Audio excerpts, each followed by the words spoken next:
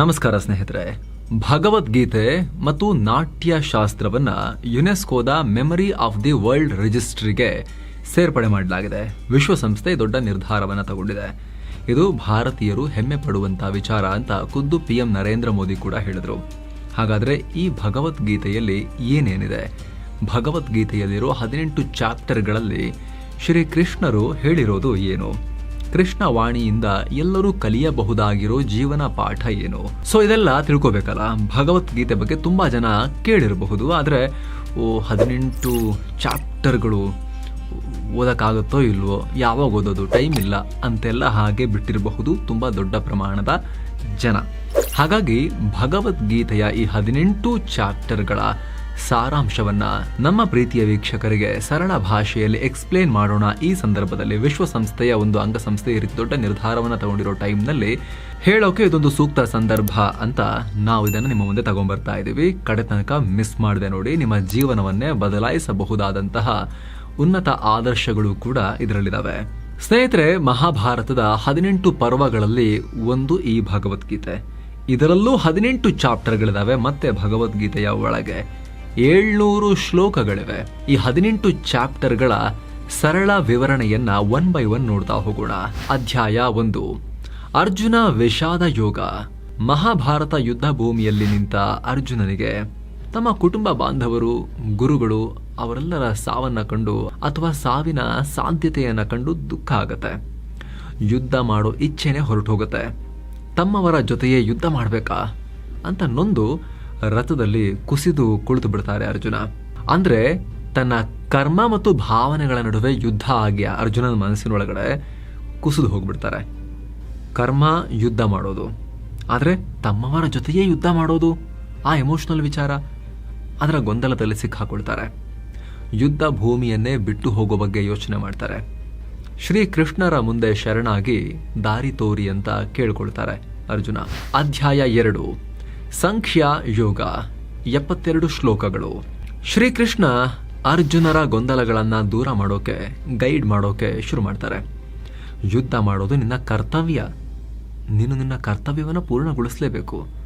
ಮನಸ್ಸಲ್ಲಿರುವಂಥ ಮೋಹ ಮಾಯಗಳನ್ನ ಬಿಟ್ಟು, ಎಮೋಷನ್ಸ್ ಬದಿಗಿಟ್ಟು ಕರ್ತವ್ಯ ಮಾಡು. ಬುದ್ಧಿ ಯೋಗವನ್ನ ಅನುಸರಿಸಿ ಫಲಾಪೇಕ್ಷೆ ಇಲ್ಲದೆ ಕೆಲಸ ಮಾಡು. ಯುದ್ಧ ಭೂಮಿ ಬಿಟ್ಟು ಹೋದ್ರೆ ಅದು ಹೇಡಿತನ ಆಗತ್ತೆ ಅಂತ ಕೃಷ್ಣ ಹೇಳ್ತಾರೆ. ಜೊತೆಗೆ ದೇಹ ನಶ್ವರ, ಆತ್ಮ ಅಮರ. ನೀನು ಯಾರ ಸಾವಿನ ಬಗ್ಗೆ ಮಾತನಾಡ್ತಿದೀಯೋ ಅವರ ದೇಹಕ್ಕೆ ಇಂದಲ್ಲ ನಾಳೆ ಸಾವು ಬಂದೇ ಬರುತ್ತೆ. ಆದ್ರೆ ಆತ್ಮವನ್ನ ಎಂದಿಗೂ ಸಾಯಿಸೋಕೆ ಆಗಲ್ಲ. ಯುದ್ಧದಲ್ಲಿ ಸತ್ತವರಿಗೆ ಸ್ವರ್ಗ ಪ್ರಾಪ್ತಿಯಾಗತ್ತೆ. ನೀನು ಯಾರನ್ನ ಯುದ್ಧದಲ್ಲಿ ಕೊಲ್ತೀಯೋ ಅವರೆಲ್ಲ ಶ್ರೇಷ್ಠ ಜನ್ಮಗಳನ್ನ ಪಡಿತಾರೆ. ಸಂತೋಷ ಪಡು ಅಂತ ಕೃಷ್ಣ ಹೇಳ್ತಾರೆ. ಅಧ್ಯಾಯ 3, ಕರ್ಮಯೋಗ. 43 ಶ್ಲೋಕಗಳು. ಆಗ ಅರ್ಜುನ ಅವರಿಗೆ ಕನ್ಫ್ಯೂಷನ್ ಶುರುವಾಗುತ್ತೆ. ಈ ಬುದ್ಧಿಯೋಗ ಅಂದ್ರೆ ಆಕ್ಟಿವ್ ಲೈಫ್ ನಿಂದ ಹೊರಗೆ ಹೋಗಿ ತಪಸ್ಸು ಮಾಡ್ತಾ ಬದುಕೋದಲ್ವಾ ಅಂತ. ಆಗ ಮಾತನಾಡ್ತಾರೆ ಕೃಷ್ಣ, ಇಲ್ಲ, ಯುದ್ಧ ಮಾಡು, ತ್ಯಾಗ ಮನೋಭಾವದಿಂದ ಕೆಲಸ ಮಾಡು, ಫಲವನ್ನ ಪರಮಾತ್ಮನಿಗೆ ಬಿಡು. ಇದೇ ಅತ್ಯುತ್ತಮವಾದ ಶುದ್ಧೀಕರಣ. ಯಾವುದೇ ಫಲದ ಅಪೇಕ್ಷೆ ಇಲ್ಲದೆ ಕೆಲಸ ಮಾಡೋರಿಗೆ ದೇವರು ಒಲಿತಾರೆ. ಭಗವಂತರಿಗಾಗಿ ಮಾಡುವ ತ್ಯಾಗಗಳಿಂದ ಫಿಸಿಕಲ್ ಲೈಫ್ನಲ್ಲಿ ಭೌತಿಕವಾಗಿ ಸಮೃದ್ಧಿ ಸಿಗೋದು ಮಾತ್ರ ಅಲ್ಲದೆ ಮಾಡಿರೋ ಪಾಪ ಕೃತ್ಯಗಳಿಂದಲೂ ಮುಕ್ತಿ ಸಿಗುತ್ತೆ ಅಂತಾರೆ ಕೃಷ್ಣ. ಆಗ ಅರ್ಜುನ, ಹಾಗಾದ್ರೆ ಮನುಷ್ಯ ಪಾಪ ಕಾರ್ಯಗಳನ್ನ ಮಾಡೋದು ಯಾಕೆ ಅಂತ ಪ್ರಶ್ನಿಸ್ತಾರೆ. ಅದಕ್ಕೆ ಉತ್ತರಿಸು ಕೃಷ್ಣ, ಮೋಹ, ದುರಾಸೆ ಪಾಪ ಕಾರ್ಯಗಳನ್ನ ಮಾಡಿಸತ್ತೆ. ಮನುಷ್ಯನನ್ನ ದಿಗ್ಭ್ರಮೆಗೊಳಿಸಿ ಭೌತಿಕ ಜಗತ್ತಲ್ಲಿ ಅಂದ್ರೆ ಫಿಸಿಕಲ್ ಜಗತ್ತಲ್ಲಿ ಸಿಕ್ಕಾಕ್ಸತ್ತೆ. ಆದರೆ ಸೆಲ್ಫ್ ಕಂಟ್ರೋಲ್ನಿಂದ ಈ ಮೋಹ ಮಾಯೆಯನ್ನ ಕಂಟ್ರೋಲ್ ಮಾಡೋಕೆ ಸಾಧ್ಯ ಇದೆ ಅಂತ ಕೃಷ್ಣ ಹೇಳ್ತಾರೆ. ಅಧ್ಯಾಯ 4, ಜ್ಞಾನ ಯೋಗ. 42 ಶ್ಲೋಕಗಳು. ಮೊದಲ 3 ಅಧ್ಯಾಯಗಳು ನಮಗೆ ನಮ್ಮ ವ್ಯಕ್ತಿತ್ವವನ್ನ ಸುಧಾರಿಸಿಕೊಳ್ಳೋದ್ರ ಬಗ್ಗೆ ಹೇಳ್ತವೆ. ಮೊದಲ ಅಧ್ಯಾಯ ಸ್ವಾರ್ಥದ ಬಗ್ಗೆ ಹೇಳಿದ್ರೆ, ಉಳಿದೆರಡು ಅಧ್ಯಾಯದಲ್ಲಿ ನಿಸ್ವಾರ್ಥ ಕರ್ಮಗಳ ಬಗ್ಗೆ ಪರಿಚಯಿಸಿದ್ದಾರೆ ಕೃಷ್ಣ. ಅದೇ 4ನೇ ಅಧ್ಯಾಯ ನಮ್ಮನ್ನ ಮತ್ತಷ್ಟು ಮುಂದಕ್ಕೆ ಕರ್ಕೊಂಡು ಹೋಗುತ್ತೆ. ಅದೇ ಜ್ಞಾನ ಯೋಗ. ಇಲ್ಲಿ ಆಧ್ಯಾತ್ಮಿಕ ಜ್ಞಾನ ಅಂದ್ರೆ ದೇವರು ಮತ್ತು ಅವ್ರ ಜೊತೆ ಮನುಷ್ಯರ ಸಂಬಂಧವನ್ನ ತಿಳಿಸ್ತಾರೆ ಕೃಷ್ಣ. ಜೊತೆಗೆ ಅರ್ಜುನರ ದೇಹದೊಂದಿಗೆ ಆತ್ಮದ ಸಂಬಂಧ ಏನು ಅನ್ನೋದನ್ನ ಕೂಡ ವಿವರಿಸ್ತಾರೆ. ನೀನು ನಿನ್ನ ಜ್ಞಾನದೊಂದಿಗೆ ಬಂಧಿಸ್ಕೋ. ಆಗ ಎಲ್ಲ ಕೆಟ್ಟ ವರ್ತನೆಗಳು ಸುಟ್ಟು ಬೂದಿಯಾಗ್ತವೆ ಅಂತ ಕೃಷ್ಣ ಹೇಳ್ತಾರೆ. ಜೊತೆಗೆ ಭೂಮಿ ಮೇಲೆ ಅಧರ್ಮ ಹೆಚ್ಚಾದಾಗ ತಾನು ಅವತಾರ ಎತ್ತಿದ್ದರ ಬಗ್ಗೆ, ಈಗ ಅರ್ಜುನರಿಗೆ ಯುದ್ಧ ಭೂಮಿಯಲ್ಲಿ ಕರ್ಮವನ್ನ ಅರ್ಥ ಮಾಡಿಸೋಕೆ ಬಂದಿರೋದ್ರ ಬಗ್ಗೆ ಕೃಷ್ಣ ಹೇಳ್ತಾರೆ. ದೇವರನ್ನ ಕೆಲಸದ ಮೂಲಕವೂ ಪೂಜಿಸಬಹುದು, ಆದರೆ ಆ ಕರ್ಮ ಅಂದ್ರೆ ಕೆಲಸ ಫಲಾಪೇಕ್ಷೆ ಇಲ್ಲದೆ ಮಾಡಿದ್ದಾಗಿರ್ಬೇಕು ಅಂತ ಕೃಷ್ಣ ವಿವರಿಸ್ತಾರೆ. ಅಧ್ಯಾಯ 5 ಕರ್ಮ ಸನ್ಯಾಸ ಯೋಗ 29 ಶ್ಲೋಕಗಳು. ಅರ್ಜುನ ಮತ್ತಷ್ಟು ಕನ್ಫ್ಯೂಸ್ ಆಗ್ತಾರೆ. ತ್ಯಾಗದಿಂದ ಕೂಡಿದ ಕರ್ಮ ಅಥವಾ ನಿಸ್ವಾರ್ಥದಿಂದ ಕೂಡಿದ ಕೆಲಸ, ಎರಡರಲ್ಲಿ ಯಾವುದು ಬೆಸ್ಟ್ ಅಂತ ಕೇಳ್ತಾರೆ. ಅದಕ್ಕೆ ಕೃಷ್ಣ ಏನಂತ ಉತ್ತರಿಸ್ತಾರೆ ಗೊತ್ತಾ? ಎರಡರ ಗುರಿ ಒಂದೇ ಆಗಿರುತ್ತೆ, ಆದ್ರೆ ತ್ಯಾಗ ಮಾಡೋಕೆ ಮನುಷ್ಯ ಬಹಳ ದೊಡ್ಡ ಮನುಷ್ಯ ಅಲ್ಲ. ಮನುಷ್ಯನ ಬಳಿ ಏನು ಇಲ್ಲ ತ್ಯಾಗ ಮಾಡೋಕೆ, ಆತನ ಬಳಿ ಇರೋದೆಲ್ಲವೂ ಪರಮಾತ್ಮಂಗೆ ಸೇರಿದ್ದು. ಹೀಗಾಗಿ ಸುಮ್ಮನೆ ನಿಸ್ವಾರ್ಥ ಮನೋಭಾವನೆಯಿಂದ ತಣ್ಣಗೆ ಇರೋದೇ ತುಂಬಾ ದೊಡ್ಡ ಕೆಲಸ ಮತ್ತು ಪರಿಣಾಮಕಾರಿ. ಇದು ಮನಸ್ಸಿಗೆ ಶಾಂತಿ, ಸ್ಥಿರತೆ ಕೊಡುತ್ತೆ ಅಂತ ಹೇಳ್ತಾರೆ. ಅಧ್ಯಾಯ 6 ಧ್ಯಾನ ಯೋಗ 47 ಶ್ಲೋಕಗಳು. ಇಲ್ಲಿ ಕೃಷ್ಣ 8 ಬಗೆಯ ಯೋಗಗಳ ಬಗ್ಗೆ, ಸ್ವಯಂ ನಿಯಂತ್ರಣದ ಬಗ್ಗೆ ವಿವರಿಸ್ತಾರೆ. ಮನಸ್ಸನ್ನ ನಿಶ್ಚಲಗೊಳಿಸೋಕೆ, ಆಧ್ಯಾತ್ಮಿಕ ಲೀನತೆಯನ್ನ ಸಾಧಿಸೋಕೆ ಧ್ಯಾನದ ಭಂಗಿ, ಉಸಿರಾಟದ ನಿಯಂತ್ರಣ, ಇಂದ್ರಿಯಗಳ ಮೇಲಿನ ಕಂಟ್ರೋಲ್ ಬಗ್ಗೆ ಕೃಷ್ಣ ಹೇಳ್ತಾರೆ. ಒಬ್ಬ ಶಿಸ್ತುಬದ್ಧವಾದ ಯೋಗಿಗೆ ಆತನ ಮನಸ್ಸೇ ಆತನ ಸ್ನೇಹಿತ ಆಗಿರುತ್ತೆ. ಆದ್ರೆ ಅಶಿಸ್ತಿನಿಂದ ಕೂಡಿದ ವ್ಯಕ್ತಿಗೆ ಅತಿ ದೊಡ್ಡ ಶತ್ರು ಯಾರು? ಅಶಿಸ್ತು, ಆತನ ಒಳಗಿರೋ ಆ ಅಶಿಸ್ತಿನ ಮನಸ್ಸು, ಅದೇ ಆತನ ದೊಡ್ಡ ಶತ್ರುವಾಗಿರುತ್ತೆ. ರಿಯಲ್ ಯೋಗಿಯು ಹೃದಯದಲ್ಲೇ ದೇವರನ್ನ ಕಂಡುಕೊಂಡು ಆತನ ಮಾರ್ಗದರ್ಶನದಲ್ಲಿ ಮುಂದುವರಿಯೋಕೆ ಆಗತ್ತೆ. ಊಟ, ನಿದ್ದೆ, ಕೆಲಸ ಸೇರಿದ ಹಾಗೆ ಯೋಗಿಯಾಗಿರೋ ವ್ಯಕ್ತಿ ಕಂಪ್ಲೀಟ್ ಆಗಿ ತನ್ನ ಬಾಡಿ ಮತ್ತು ಮನಸ್ಸಿನ ಮೇಲೆ ಕಂಟ್ರೋಲ್ ಹೊಂದಿರ್ತಾರೆ. ಇಂಥವರು ದೇವರಿಗೆ ಹತ್ತಿರ ಆಗಿರ್ತಾರೆ ಅಂತ ಕೃಷ್ಣ ವಿವರಿಸ್ತಾರೆ. ಅಧ್ಯಾಯ 7 ಜ್ಞಾನ ವಿಜ್ಞಾನ ಯೋಗ 30 ಶ್ಲೋಕಗಳು. ಅಧ್ಯಾಯ 6ರಲ್ಲಿ ಧ್ಯಾನದ ಬಗ್ಗೆ ಕೃಷ್ಣ ಹೇಳಿದಾಗ ಅರ್ಜುನರಿಗೆ ಒಂದು ಡೌಟ್ ಬರುತ್ತೆ. ನಾವು ಯಾಕೆ ಮತ್ತು ಯಾರನ್ನ ಆಧಾರವಾಗಿಟ್ಕೊಂಡು ಧ್ಯಾನ ಮಾಡಬೇಕು ಅಂತ ಪ್ರಶ್ನಿಸ್ತಾರೆ. ಅದಕ್ಕೆ ಕೃಷ್ಣರು ಉತ್ತರಿಸ್ತಾರೆ. ಪರಶಕ್ತಿ ಮತ್ತು ಭೌತಿಕ ಪ್ರಕೃತಿಯ ಬಗ್ಗೆ ವಿವರಿಸ್ತಾರೆ. ಎಲ್ಲ ಬಗೆಯ ಶಕ್ತಿಗಳು ನನ್ನಿಂದಲೇ ಹೊರಹೊಮ್ಮುತ್ತವೆ, ಅಂದ್ರೆ ಭಗವಂತನಿಂದ ಹೊರಹೊಮ್ಮುತ್ತವೆ. ಆಧ್ಯಾತ್ಮಿಕ ಆಗಿರಬಹುದು, ಭೌತಿಕ ಆಗಿರಬಹುದು, ಎಲ್ಲ ಶಕ್ತಿಗಳಿಗೂ ನಾನೇ ಮೂಲ ಆಧಾರ, ಅಂದ್ರೆ ದೇವರು. ಇದನ್ನ ಯಾವುದೇ ಧರ್ಮವನ್ನ ಫಾಲೋ ಮಾಡೋರು ಕೂಡ ಈ ಭಗವದ್ಗೀತೆಯ ಸಾರದಲ್ಲಿ ಅರ್ಥವನ್ನ ಕಂಡುಕೊಳ್ಬಹುದು. ನಾನು ಅಂದ್ರೆ ಹೇಳಿ ಕೃಷ್ಣರ ರೂಪದಲ್ಲೇ ನೋಡ್ಬೇಕು ಅಂತಿಲ್ಲ. ಭಗವಂತ ಅಥವಾ ಆ ಗೊತ್ತಿಲ್ಲದ ನಮ್ಮ ಅರಿವಿಗೆ ನಿಲುಕದ ಆ ಶಕ್ತಿ ಅಂತ ಅರ್ಥ ಮಾಡ್ಕೋಬಹುದು. ಸೊ ಈ ಪರಮಾತ್ಮನನ್ನ ಆಧಾರವಾಗಿಟ್ಟುಕೊಂಡು ಧ್ಯಾನ ಮಾಡಬೇಕು. ಜ್ಞಾನ ಮತ್ತು ಬುದ್ಧಿವಂತಿಕೆ ಎರಡನ್ನೂ ಬಳಸ್ಕೊಂಡು ಪರಮಾತ್ಮನನ್ನ, ಗಾಡ್ ಆಲ್ಮೈಟಿಯನ್ನ ಅರ್ಥ ಮಾಡ್ಕೋಬೇಕು ಅಂತ ಹೇಳ್ತಾರೆ. ಆಗ ಅರ್ಜುನ ಯಾವ ಅಂಶ ನಮ್ಮನ್ನ ಮತ್ತು ಪರಮಾತ್ಮನನ್ನ ದೂರ ಮಾಡ್ತಾ ಇದೆ, ಹೇಗೆ ದೂರ ಮಾಡ್ತಿರೋ ವಿಚಾರ ಯಾವುದು ಅಂತ ಪ್ರಶ್ನಿಸ್ತಾರೆ ಅರ್ಜುನ. ಅದಕ್ಕೆ ಕೃಷ್ಣ ಉತ್ತರಿಸ್ತಾರೆ. ಮಾಯೆ ಅಂದ್ರೆ ಅನುಕೂಲತೆ, ಎಲ್ಲ ಕಂಫರ್ಟ್ ಆಗಿರೋದು ಅನುಕೂಲತೆ. ಇದರ ಜೊತೆಗೆ ಕರ್ಮ ಮತ್ತು ಆಲಸ್ಯವೂ ಸೇರಿರುತ್ತೆ. ಇವುಗಳಿಂದಲೇ ಬ್ರಹ್ಮಾಂಡದ ರಚನೆಯಾಗಿದೆ. ಈ ಮಾಯೆಯೇ ಪರಮಾತ್ಮ ಮತ್ತು ಮನುಷ್ಯರ ನಡುವೆ ಅಂತರ, ಡಿಸ್ಟೆನ್ಸ್ ಅನ್ನ ಉಂಟು ಮಾಡುತ್ತೆ. ವಿಶ್ವದಲ್ಲಿ 2 ರೀತಿಯ ಮನುಷ್ಯರಿದ್ದಾರೆ. ಒಂದು ಕೆಟ್ಟದ್ದು ಮಾಡೋರು, ಮತ್ತೊಂದು ಒಳ್ಳೆಯದನ್ನ ಮಾಡೋರು. ಅದರಲ್ಲಿ ಒಳ್ಳೆಯ ಕೆಲಸ ಮಾಡೋರು ಭಕ್ತರು ಅಂತ ಕರೆಯಲ್ಪಡ್ತಾರೆ. ಭಕ್ತರಲ್ಲಿ ಬುದ್ಧಿವಂತರು ತಮ್ಮಲ್ಲೇ ಪರಮಾತ್ಮನನ್ನ ಕಂಡುಕೊಳ್ತಾರೆ. ಉಳಿದವರು ಹೊರಗೆ ಭಗವಂತನನ್ನ ಹುಡುಕ್ತಾ ಹೋಗ್ತಾರೆ. ಒಟ್ಟಿನಲ್ಲಿ ಸ್ವಚ್ಛ ಮನಸ್ಸಿನಿಂದ ಭಗವಂತನಲ್ಲಿ ಭಕ್ತಿ ಹೊಂದಿದ್ರೆ ಅವರ ಕರ್ಮಯೋಗ ಕೂಡ ಸಾಥ್ ಕೊಟ್ರೆ ಪರಮಾತ್ಮನ ಕುರಿತ ಸೀಮಿತ ಕಲ್ಪನೆಯಿಂದ ಹೊರಬರೋಕೆ ಸಾಧ್ಯವಾಗುತ್ತೆ ಅಂತ ಕೃಷ್ಣ ಹೇಳಿದ್ದಾರೆ. ಅಧ್ಯಾಯ 8 ಅಕ್ಷರ ಬ್ರಹ್ಮ ಯೋಗ 28 ಶ್ಲೋಕಗಳು. ಅರ್ಜುನ ಅವ್ರು ಕೇಳ್ತಾರೆ, ನಾವು ಸತ್ತ ಬಳಿಕ ಪರಮಾತ್ಮರನ್ನ ಪಡೆಯೋಕೆ ಹೇಗೆ ಸಾಧ್ಯ ಆಗತ್ತೆ ಅಂತ ಪ್ರಶ್ನಿಸ್ತಾರೆ. ಅದಕ್ಕೆ ಕೃಷ್ಣರು ಉತ್ತರಿಸ್ತಾರೆ, ಸಾವು ಯಾವಾಗ ಬರುತ್ತೆ ಅಂತ ಯಾರಿಗೂ ಗೊತ್ತಿರೋದಿಲ್ಲ. ಹೀಗಾಗಿ ಸತ್ತ ನಂತರವೂ ಪರಮಾತ್ಮರನ್ನ ಒಲಿಸಿಕೊಳ್ಳಬೇಕು ಅಂತಾದ್ರೆ ಜೀವನದುದ್ದಕ್ಕೂ ಪರಮಾತ್ಮರ ಧ್ಯಾನ ಮಾಡಬೇಕು ಅಂತಾರೆ. ಆಗ ನಾವು ಸತ್ತ ಬಳಿಕ ಹಾಗಾದ್ರೆ ಏನಾಗುತ್ತೆ ಅಂತ ಅರ್ಜುನ ಮರು ಪ್ರಶ್ನೆ ಮಾಡ್ತಾರೆ. ಆಗ ಮಾತನಾಡೋ ಕೃಷ್ಣ, ಎಲ್ಲ ಜೀವಿಗಳು ಹುಟ್ಟು ಸಾವು ಅನ್ನೋ ಕೊನೆಯಿಲ್ಲದ ಸೈಕಲ್ನಲ್ಲಿ ಸಿಕ್ಕಾಕೊಂಡಿದ್ದಾರೆ. ಎಫರ್ಟ್ ಹಾಕಿದವರು ಮಾತ್ರವೇ ಈ ಬಂಧನದಿಂದ ಹೊರಬರೋಕೆ ಸಾಧ್ಯ ಆಗತ್ತೆ, ಮತ್ತೆ ರೀಬರ್ತ್ನಿಂದ ಮುಕ್ತಿ ಹೊಂದೋಕೆ ಸಾಧ್ಯ ಆಗತ್ತೆ. ಆ ಮುಕ್ತಿ ಸಿಗಬೇಕು ಅಂದ್ರೆ ಮತ್ತೆ ಮತ್ತೆ ಹುಟ್ಟೋದು, ಮತ್ತೆ ಮತ್ತೆ ಸಾಯೋದು, ಈ ಭೌತಿಕ ಜಗತ್ತಿನಿಂದ ಮುಕ್ತಿ ಸಿಗಬೇಕು ಅಂತ ಹೇಳಿದ್ರೆ, ಡೆತ್ ಮತ್ತು ರೀಬರ್ತ್ನ ಸೈಕಲ್ನಿಂದ ಮುಕ್ತಿ ಪಡಿಬೇಕು ಅಂತ ಹೇಳಿದ್ರೆ ಉತ್ತಮ ಕರ್ಮಗಳನ್ನು ಮಾಡಬೇಕು. ಅದೇ ಭಗವದ್ಗೀತೆಯ ಸಾರ ಅಂತ ಕೃಷ್ಣ ಹೇಳ್ತಾರೆ. ಒಳ್ಳೆಯ ಕೆಲಸ ಮಾಡೋರು ಸ್ವರ್ಗಕ್ಕೆ ಹೋಗ್ತಾರೆ. ಅಲ್ಲಿ ಅವರ ಕರ್ಮದ ಫಲ ಪಡೆದ ಬಳಿಕ ಮತ್ತೆ ಜನ್ಮ ಎತ್ತುತ್ತಾರೆ.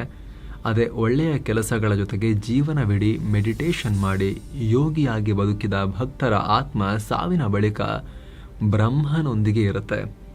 ತಮಗೆ ಮುಕ್ತಿ ಸಿಕ್ಕಿದೆ ಅಂತ ಅವುಗಳಿಗೆ ಅನ್ನಿಸುವವರೆಗೂ ಬ್ರಹ್ಮರೊಂದಿಗೆ ಅವು ಇರ್ತವೆ. ಹೀಗಾಗಿ ಭಕ್ತಿಯ ದಾರಿಯನ್ನು ಅನುಸರಿಸುವಂತ ಅರ್ಜುನರಿಗೆ ಕೃಷ್ಣ ಹೇಳ್ತಾರೆ. ಅಧ್ಯಾಯ 9 ರಾಜವಿದ್ಯಾ ಯೋಗ. ಇಲ್ಲಿ ಕೃಷ್ಣ ಭಕ್ತಿಯ ಮಾರ್ಗದಿಂದ ಪರಮಾತ್ಮರನ್ನ ತಲುಪುವುದು ಹೇಗೆ ಅಂತ ವಿವರಿಸ್ತಾರೆ. ಈ ದಾರಿ ಪೂಜೆ ಮತ್ತು ಅರ್ಚನೆಗಳಿಗಿಂತಲೂ ಸುಲಭ ಅಂತಲೂ ಕೃಷ್ಣ ಹೇಳ್ತಾರೆ. ಪರಮಾತ್ಮರೇ ಈ ಸೃಷ್ಟಿಗೆ ಕಾರಣ. ಎಲ್ಲವೂ ಅವರಿಚ್ಛೆ ರೀತಿ ನಡೆಯುತ್ತೆ. ಪ್ರತಿಯೊಂದು ವಸ್ತುನಲ್ಲೂ ಪರಮಾತ್ಮ ಇದ್ದಾರೆ. ವಾತಾವರಣದಲ್ಲಿ ಗಾಳಿ ಇರುವಂತೆ ಪರಮಾತ್ಮರೂ ಇದ್ದಾರೆ. ಗಾಳಿ ಕಾಣಿಸದೆ ಹೋದ್ರೂ ಇದೆಯಲ್ವಾ, ಹಾಗೆ ಪರಮಾತ್ಮ ತನ್ನ ಶಕ್ತಿಯಿಂದಾಗಿ ಈ ಬ್ರಹ್ಮಾಂಡವನ್ನು ರಚಿಸಿದ್ದಾರೆ. ಅದನ್ನೇ ನಾವು ಸೃಷ್ಟಿಯ ರೀತಿಯಲ್ಲಿ ನೋಡ್ತಾ ಇದ್ದೀವಿ. ಪ್ರಕೃತಿಯ ವ್ಯವಸ್ಥೆ ಆಟೋಮ್ಯಾಟಿಕ್ ಆಗಿ ನಡೆಯುತ್ತೆ. ಜೊತೆಗೆ ಅದು ಎಲ್ಲರಿಗೂ ತಮ್ಮ ಕೆಲಸಕ್ಕೆ ತಕ್ಕಂತೆ ಪ್ರತಿಫಲ ಕೂಡ ಕೊಡುತ್ತೆ. ಇದೇ ಪ್ರಕೃತಿಯ ಪ್ರತಿಯೊಂದು ಅಂಶವೂ ಪರಮಾತ್ಮನಲ್ಲೇ ಲೀನವಾಗಿದೆ. ಹೀಗಾಗಿ ನಾವು ಭಕ್ತಿಯ ಮಾರ್ಗವನ್ನು ಅನುಸರಿಸಬೇಕು. ಎಲ್ಲದರಲ್ಲೂ ಎಲ್ಲೆಲ್ಲೂ ಭಗವಂತನನ್ನ ಕಾಣಬೇಕು. ಕೆಲಸ, ಜನ, ವಸ್ತುಗಳು ಮತ್ತು ಪರಿಸ್ಥಿತಿಗಳಲ್ಲೂ ಪರಮಾತ್ಮರನ್ನೇ ನೋಡಬೇಕು ಅಂತ ಕೃಷ್ಣ ಹೇಳಿದ್ದಾರೆ. 2 ಬಗೆಯ ಭಕ್ತರ ಬಗ್ಗೆ ಕೃಷ್ಣ ಇಲ್ಲಿ ಉಲ್ಲೇಖ ಮಾಡ್ತಾರೆ. ಮೊದಲನೇದಾಗಿ ಸತ್ತ ಬಳಿಕ ಸ್ವರ್ಗ ಸಿಗಲಿ ಅಂತ ಆಸೆ ಇಟ್ಕೊಂಡು ಒಳ್ಳೆಯ ಕೆಲಸ ಮಾಡೋರು. ಇನ್ನು ಕೆಲವರು ಏನೂ ಆಸೆ ಇಲ್ಲದೆ ಏನೂ ಬಯಸದೆ ಒಳ್ಳೆ ಕೆಲಸ ಮಾಡ್ತಾ ಹೋಗೋರು.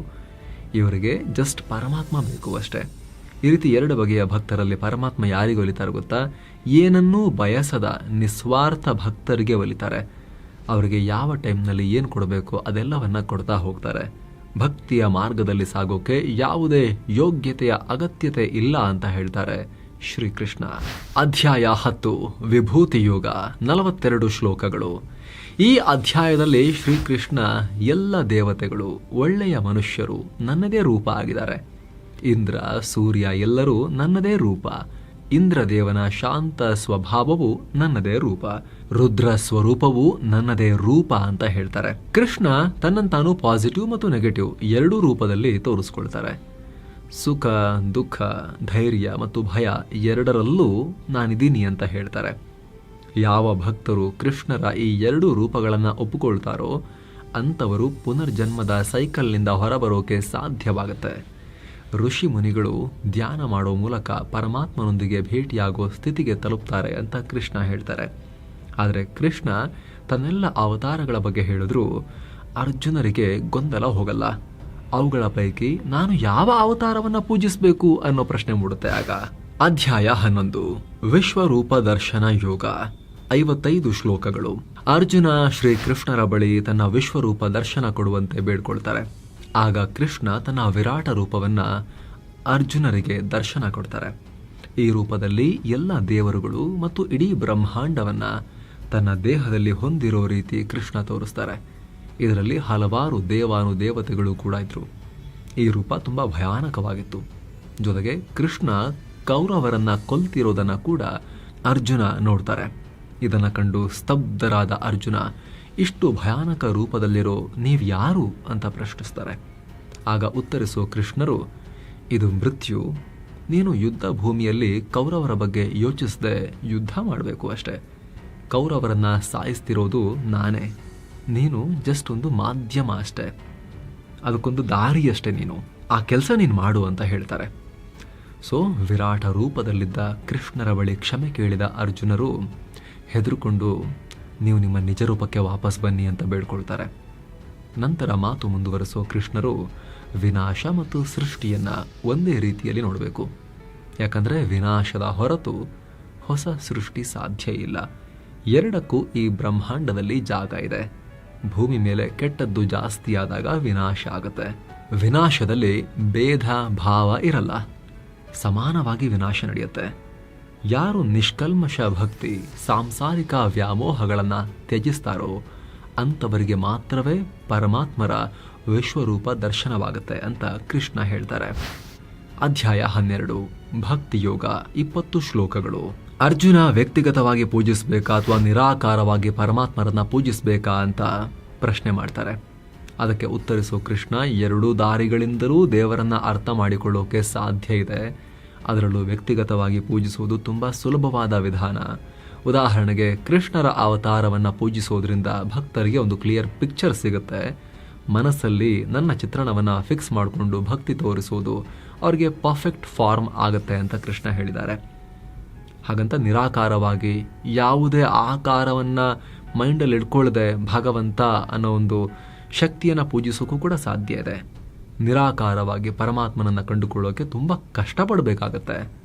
ಹಾಗಾಗಿ ಭಕ್ತರು ಆಕಾರ ರೂಪದಲ್ಲೇ ಪ್ರತಿಯೊಬ್ಬರೂ ಕೂಡ ಭಗವಂತನನ್ನು ಕಾಣಬಹುದು ಅಂತ ಹೇಳ್ತಾರೆ.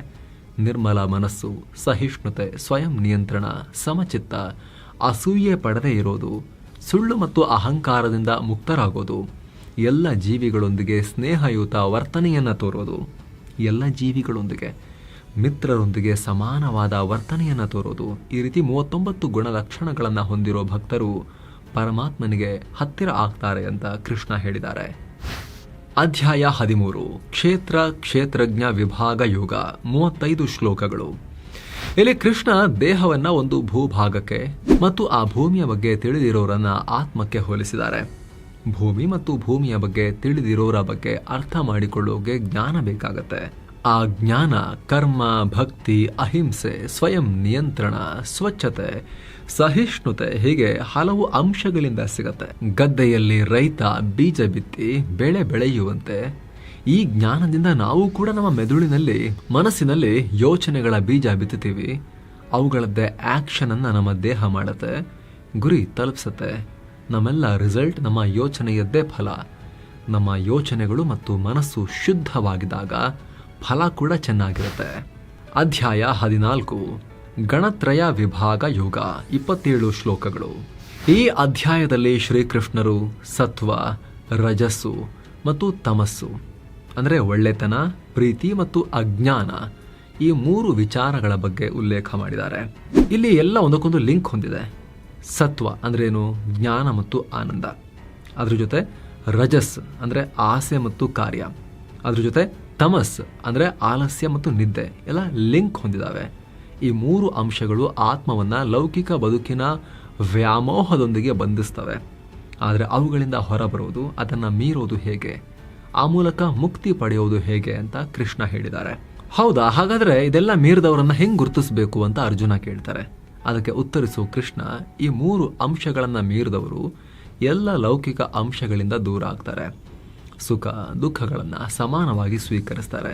ತಮ್ಮ ದೇಹದ ಜೊತೆಗೆ ಇಡೀ ಸೃಷ್ಟಿಯನ್ನ ಸಮಾನವಾಗಿ ನೋಡ್ತಾರೆ ಅಂತ ಕೃಷ್ಣ ಉತ್ತರಿಸ್ತಾರೆ. ಅಧ್ಯಾಯ 15 ಪುರುಷೋತ್ತಮ ಯೋಗ 20 ಶ್ಲೋಕಗಳು. ಇದರಲ್ಲಿ ಶ್ರೀಕೃಷ್ಣ ಅಶ್ವತ್ಥ ಮರವನ್ನ ಬಳಸಿಕೊಂಡು ಲೌಕಿಕ ಪ್ರಪಂಚ ಆತ್ಮವನ್ನ ಹೇಗೆ ಸಿಕ್ಕಿ ಹಾಕುವಂತೆ ಮಾಡುತ್ತೆ ಅನ್ನೋದನ್ನ ಅರ್ಥೈಸಿದ್ದಾರೆ. ಇದರಲ್ಲಿ ಮೇಲಕ್ಕೆ ಅಗಲಕ್ಕೆ ಬೆಳೆಯೋ ರೆಂಬೆ ಕೊಂಬೆಗಳು ಭೌತಿಕ ಪ್ರಪಂಚದೊಂದಿಗೆ ಆತ್ಮದ ಸಂಪರ್ಕವನ್ನ ಬಿಂಬಿಸ್ತವೆ. ಅದೇ ಮರದಿಂದ ಕೆಳಗೆ ನೇತಾಡುವ ಬೇರುಗಳು ಕರ್ಮವನ್ನ ಪ್ರತಿನಿಧಿಸ್ತವೆ. ಜೊತೆಗೆ ಆತ್ಮಗಳು ಲೌಕಿಕ ಪ್ರಪಂಚದಲ್ಲಿ ಹೇಗೆ ಸಿಕ್ಕಾಕೊಂಡಿವೆ ಅನ್ನೋದನ್ನ ತೋರಿಸ್ತವೆ. ಹೀಗಾಗಿ ಒಂದು ಕೊಡಲಿ ತಗೊಂಡು ಮರವನ್ನೇ ಕತ್ತರಿಸಬೇಕು. ಈ ಮೂಲಕ ಲೌಕಿಕ ಪ್ರಪಂಚದೊಂದಿಗಿನ ಎಲ್ಲ ಸಂಬಂಧವನ್ನ ಕಡಿದುಕೊಂಡು ಮರದ ಬುಡದಲ್ಲಿ ಸೃಷ್ಟಿಕರ್ತನನ್ನ ಹುಡುಕಬೇಕು ಅಂತ ಕೃಷ್ಣ ಹೇಳಿದ್ದಾರೆ. ಅಂದರೆ ಮರದ ಬುಡವನ್ನ ಕೃಷ್ಣ ಪರಮಾತ್ಮನಿಗೆ ಹೋಲಿಸಿದ್ದಾರೆ. ಅಧ್ಯಾಯ 16 ದೈವಾಸುರ ಸಂಪದ ವಿಭಾಗ ಯೋಗ 24 ಶ್ಲೋಕಗಳು. ಇಲ್ಲಿ ಶ್ರೀಕೃಷ್ಣ ಪ್ರತಿ ಮನುಷ್ಯರಲ್ಲಿರುವ ಒಳ್ಳೆತನ ಮತ್ತು ಕೆಟ್ಟದ್ರ ಬಗ್ಗೆ ಹೇಳ್ತಾರೆ. ನಿರ್ಭೀತತೆ, ನಿಷ್ಕಲ್ಮಶ ಮನಸ್ಸು, ದಾನ ಧರ್ಮ, ಸ್ವಯಂ ನಿಯಂತ್ರಣ, ಕ್ಷಮಿಸುವ ಗುಣ, ತಾಳ್ಮೆ, ಬೇರೆಯವರನ್ನ ಗೌರವಿಸೋದು ಇವೆಲ್ಲ ಒಳ್ಳೆತನದ ಸಂಕೇತ. ಅದೇ ಅಹಂಕಾರ, ಹಿಂಸಾಚಾರದ ಪ್ರವೃತ್ತಿ, ಕ್ರೌರ್ಯ, ಸ್ವಾರ್ಥ ಇವೆಲ್ಲ ರಾಕ್ಷಸ ಗುಣದ ಸಂಕೇತ. ಡಿವೈನ್ ಕ್ವಾಲಿಟೀಸ್ ಅಂದರೆ ಭಕ್ತಿ ಮತ್ತು ಒಳ್ಳೆಯತನ ಮುಕ್ತಿಯ ಕಡೆಗೆ ಕರ್ಕೊಂಡು ಹೋದರೆ, ಕೆಟ್ಟತನ ಅಂದರೆ ರಾಕ್ಷಸ ಗುಣ ಎಂದಿಗೂ ಬಗೆಹರಿಯದ ಬಂಧನ ಮತ್ತು ದುಃಖದ ಕಡೆಗೆ ಕರ್ಕೊಂಡು ಹೋಗುತ್ತೆ. ಈ ಗುಣಗಳೇ ಒಬ್ಬ ವ್ಯಕ್ತಿಯ ಆಧ್ಯಾತ್ಮಿಕ ಪಥವನ್ನ ನಿರ್ಧರಿಸುತ್ತೆ, ಮುಕ್ತಿಯ ಮಾರ್ಗವನ್ನ ನಿರ್ಧರಿಸುತ್ತೆ. ರಾಕ್ಷಸತ್ವದ ಗುಣಗಳನ್ನು ಹೆಚ್ಚಿಸಿಕೊಂಡವರು ಅಂಧಕಾರ, ಅಜ್ಞಾನದಲ್ಲಿ ಬದುಕು ಬಿಡ್ತಾರೆ. ಖುಷಿ ಹೆಚ್ಚಿಸಿಕೊಳ್ಳೋ ಬದಲು ಅವರು ಮುಗಿಯದ ಅತಿ ಆಸೆಗಳಿಂದ ಬರೀ ಚಿಂತೆಯ ಬದುಕಲ್ಲೇ ಮುಳುಗೋಗಿರ್ತಾರೆ. ತಮ್ಮ ಕುಟುಂಬ, ಕೆಲಸ ಮತ್ತು ಸಂಪತ್ತಿನ ಬಗ್ಗೆ ಹೆಮ್ಮೆ ಪಡ್ತಾ ಬದುಕ್ತಾರೆ. ಎಲ್ಲವನ್ನೂ ದ್ವೇಷಿಸೋ ಮೂಲಕ ಅವರು ಎಲ್ಲರಲ್ಲೂ ಇರೋ ಪರಮಾತ್ಮನನ್ನೇ ದ್ವೇಷಿಸ್ತಾ ಇರ್ತಾರೆ ಅನ್ನೋದನ್ನ ಅರ್ಥನೇ ಮಾಡ್ಕೊಳ್ಳಲ್ಲ. ಅವರ ಎಲ್ಲ ಕರ್ಮಗಳಿಗೆ ಫಲವನ್ನ ಕೂಡ ಅನುಭವಿಸ್ತಾ ಇರ್ತಾರೆ. ದುಃಖದಲ್ಲಿರ್ತಾರೆ. ಮನುಷ್ಯರು ಅನ್ನೋದನ್ನೇ ಮರೆತು ಪ್ರಾಣಿಗಳಂತೆ ವರ್ತಿಸ್ತಾರೆ. ಹೀಗಾಗಿ ಅವರನ್ನ ಪ್ರಾಣಿಗಳು, ಕ್ರಿಮಿಕೀಟಗಳಂತಹ ಪುನರ್ಜನ್ಮದ ಚಕ್ರದಲ್ಲಿ ಹಾಕಲಾಗುತ್ತೆ. ಹೀಗಾಗಿ ನೆಮ್ಮದಿಯ ಜೀವನಕ್ಕಾಗಿ ಆಸೆ, ಕೋಪ ಮತ್ತು ದುರಾಸೆಯನ್ನ ಬಿಟ್ಟು ಬದುಕಬೇಕು ಅಂತ ಕೃಷ್ಣ ಹೇಳಿದ್ದಾರೆ. ಶ್ರದ್ಧಾತ್ರಯ ವಿಭಾಗ ಯೋಗ 28 ಶ್ಲೋಕಗಳು. ಈ ಅಧ್ಯಾಯದಲ್ಲಿ ಅರ್ಜುನರು ಕೇಳ್ತಾರೆ, ಮನುಷ್ಯರು ಪೂಜೆ ಮಾಡ್ತಾರೆ, ಆದರೆ ಶಾಸ್ತ್ರಗಳನ್ನ ಒಪ್ಪೋದಿಲ್ಲ, ಅದಕ್ಕೆ ಕಾರಣ ಏನು ಅಂತ ಕೃಷ್ಣರ ಬಳಿ ಕೇಳ್ತಾರೆ. ಅದಕ್ಕೆ ಉತ್ತರಿಸು ಕೃಷ್ಣ, ನಂಬಿಕೆ 3 ರೀತಿಯಲ್ಲಿ ಇರ್ತವೆ. ಸಾತ್ವಿಕ ಗುಣದ ಪ್ರಕಾರ ಪರಮಾತ್ಮನ ಪೂಜೆ ಮಾಡಲಾಗತ್ತೆ. ರಾಜಸಿ ಗುಣ ಇರೋ ಮನುಷ್ಯ ದೇವಾನುದೇವತೆಗಳ ಪೂಜೆ ಮಾಡ್ತಾರೆ. ಅದೇ ತಾಮಸಿ ಗುಣ ಇರೋ ವ್ಯಕ್ತಿ ಭೂತ ಪ್ರೇತಗಳ ಪೂಜೆ ಮಾಡ್ತಾರೆ ಅಂತಾರೆ. ಅದೇ ರೀತಿ ಕೃಷ್ಣ ಆಹಾರವನ್ನು ಕೂಡ 3 ವಿಭಾಗ ಮಾಡ್ತಾರೆ. ಸಾತ್ವಿಕ ಆಹಾರದಲ್ಲಿ ಹಣ್ಣು, ತರಕಾರಿ ಇತ್ಯಾದಿ ಫ್ರೆಶ್ ಫುಡ್ ಬರುತ್ತೆ. ಅದೇ ರಾಜಸಿ ಆಹಾರದಲ್ಲಿ ಉಪ್ಪು, ಖಾರ, ಹುಳಿ ಇರೋ ಆಹಾರ ಬರುತ್ತೆ. ತಾಮಸಿ ಆಹಾರದಲ್ಲಿ ಹೆಚ್ಚು ಬೇಯಿಸಿದ ಆಹಾರ, ಹೆಚ್ಚು ಪ್ರೋಸೆಸ್ ಮಾಡಿದ ಆಹಾರ, ಅದು ವೆಜಿಟೇರಿಯನ್ ಫುಡ್ ಆಗಿರ್ಬೋದು, ಮಾಂಸಾಹಾರ ಆಗಿರ್ಬೋದು, ಹೆಚ್ಚು ಬೇಯಿಸಿ ಪ್ರೋಸೆಸ್ ಮಾಡಿ ಸಿಕ್ಕಾಪಟ್ಟೆ ಮಸಾಲ ಹಾಕಿದ ಆಹಾರಗಳು ಇವೆಲ್ಲ ಬರ್ತವೆ. ಸಾತ್ವಿಕ ಗುಣ ಮಾತ್ರ ಆತ್ಮ ಮತ್ತು ಪರಮಾತ್ಮನ ನಡುವೆ ಸಂಪರ್ಕ ಉಂಟು ಮಾಡುತ್ತೆ. ಅದೇ ರಾಜಸಿ ಮತ್ತು ತಾಮಸಿ ಗುಣ ಪರಮಾತ್ಮರಿಂದ ಮತ್ತಷ್ಟು ದೂರ ಕರ್ಕೊಂಡು ಹೋಗುತ್ತೆ ಅಂತ ಹೇಳ್ತಾರೆ ಶ್ರೀಕೃಷ್ಣ. ಅಧ್ಯಾಯ 18 ಮೋಕ್ಷ ಸನ್ಯಾಸ ಯೋಗ 78 ಶ್ಲೋಕಗಳು. ಇದು ಭಗವದ್ಗೀತೆಯ ಕೊನೆಯ ಮತ್ತು ದೊಡ್ಡ ಅಧ್ಯಾಯ. ಇಲ್ಲಿ ಶ್ರೀಕೃಷ್ಣ ಅರ್ಜುನರಿಗೆ ತ್ಯಾಗ ಮತ್ತು ಸನ್ಯಾಸತ್ವದ ನಡುವಿನ ವ್ಯತ್ಯಾಸವನ್ನು ಹೇಳ್ತಾರೆ. ಸನ್ಯಾಸ ಅಂದ್ರೆ ಆಸೆಯಿಂದ ಹುಟ್ಟಿದ ಕರ್ಮವನ್ನೇ ಮಾಡದಿರೋದು. ಆದರೆ ತ್ಯಾಗ ಅಂದ್ರೆ ಕರ್ಮವನ್ನೇ ಮಾಡದಿರೋದು ಅಂತ ಅಲ್ಲ, ಬದಲಾಗಿ ಕರ್ಮ ಮಾಡಿ ಫಲದ ಬಗ್ಗೆ ನಿರೀಕ್ಷೆ ಮಾಡದೇ ಇರೋದು. ಪರಮಾತ್ಮರಿಗೆ ಕಂಪ್ಲೀಟ್ ಆಗಿ ಶರಣಾಗೋದ್ರ ಮೂಲಕ ಮುಕ್ತಿಯ ಮಾರ್ಗ ಹುಡುಕಬೇಕು ಅಂತ ಕೃಷ್ಣ ಅರ್ಜುನರಿಗೆ ಹೇಳ್ತಾರೆ. ಜೊತೆಗೆ ನೀನು ಹೋರಾಡೋಕೆ ನಿರಾಕರಿಸಿದ್ರೂ ಕೂಡ ನಿನ್ನನ್ನು ಯುದ್ಧಕ್ಕೆ ಎಳೆಯಲಾಗತ್ತೆ, ಯಾಕಂದ್ರೆ ಕ್ಷತ್ರಿಯನಾಗಿ ಹೋರಾಡೋದು ನಿನ್ನ ಸ್ವಭಾವ ಅಂತ ಹೇಳ್ತಾರೆ ಶ್ರೀಕೃಷ್ಣ. ಇದಾದ ನಂತರ ಅರ್ಜುನ ಮಹಾಭಾರತದಲ್ಲಿ ಮತ್ತೆ ಯುದ್ಧವನ್ನ ಮುಂದುವರಿಸೋಕೆ ನಿರ್ಧಾರ ಮಾಡ್ತಾರೆ. ಸೊ ಸ್ನೇಹಿತರೆ, ಇದಾಗಿತ್ತು ಭಗವದ್ಗೀತೆಯ ವಿರಾಟ ರೂಪವನ್ನ ಸಂಕ್ಷಿಪ್ತವಾಗಿ ಸರಳ ಭಾಷೆಯಲ್ಲಿ ಎಕ್ಸ್ಪ್ಲೇನ್ ಮಾಡೋ ಪ್ರಯತ್ನ. ಇದನ್ನ ಪ್ರತಿದಿನವೂ ಕೇಳಿದ್ರು ಕೂಡ ನೋಡ್ತಲೇ ಇರಬೇಕು ಅಂತಿಲ್ಲ, ಸುಮ್ಮನೆ ಹಾಕಿಟ್ಟು ಪ್ರತಿದಿನವೂ ಕೇಳಿದ್ರೂ ಕೂಡ ಪ್ರತಿದಿನವೂ ಹೊಸ ಹೊಸ ಅರ್ಥವನ್ನ ನಿಮ್ಮ ಜ್ಞಾನಕ್ಕೆ, ನಿಮ್ಮ ಹೃದಯಕ್ಕೆ ಇದು ತಲುಪಿಸುವ ಸಾಮರ್ಥ್ಯವನ್ನ ಹೊಂದಿದೆ. ಇದನ್ನ ನೀವು ಕೇಳಿ, ನಿಮ್ಮ ಫ್ಯಾಮಿಲಿಗೂ ಕೇಳಿಸಿ, ನಿಮ್ಮ ಮಕ್ಕಳಿಗೆ ವಿಶೇಷವಾಗಿ ಕೇಳಿಸಿ, ಪ್ರತಿ ಸಲವೂ ಹೊಸ ಅನುಭೂತಿ ಅವರಿಗೆ ಸಿಗುವಂತಾಗ್ಲಿ ಅಂತ ನಾವು ಕೂಡ ಆಶಿಸ್ತೀವಿ. ನಿಮಗೇನಿಸ್ತು ಕಾಮೆಂಟ್ ಮಾಡಿ ತಿಳಿಸೋದನ್ನ ಮರಿಬೇಡಿ. ಇದನ್ನು ಶೇರ್ ಮಾಡೋದನ್ನು ಮರಿಬೇಡಿ. ವಿಶ್ವಸಂಸ್ಥೆಯ ಒಂದು ವಿಭಾಗವು ಇದನ್ನು ಗುರುತಿಸಿ ರಿಜಿಸ್ಟ್ರಿಗೆ ತಗೊಂಡಿರುವಂತಹ, ಇದನ್ನು ದಾಖಲು ಮಾಡಿಕೊಂಡಿರುವಂತಹ ಸಂದರ್ಭದಲ್ಲಿ ಈ ಭಗವದ್ಗೀತೆಯನ್ನು ಎಷ್ಟಾಗದಷ್ಟು ಜನಕ್ಕೆ ತಲುಪಿಸೋದನ್ನು ಕೂಡ ಮರಿಬೇಡಿ. ಮತ್ತೆ ಭೇಟಿ ಆಗ್ತಿರೋಣ. ನಮಸ್ತೆ.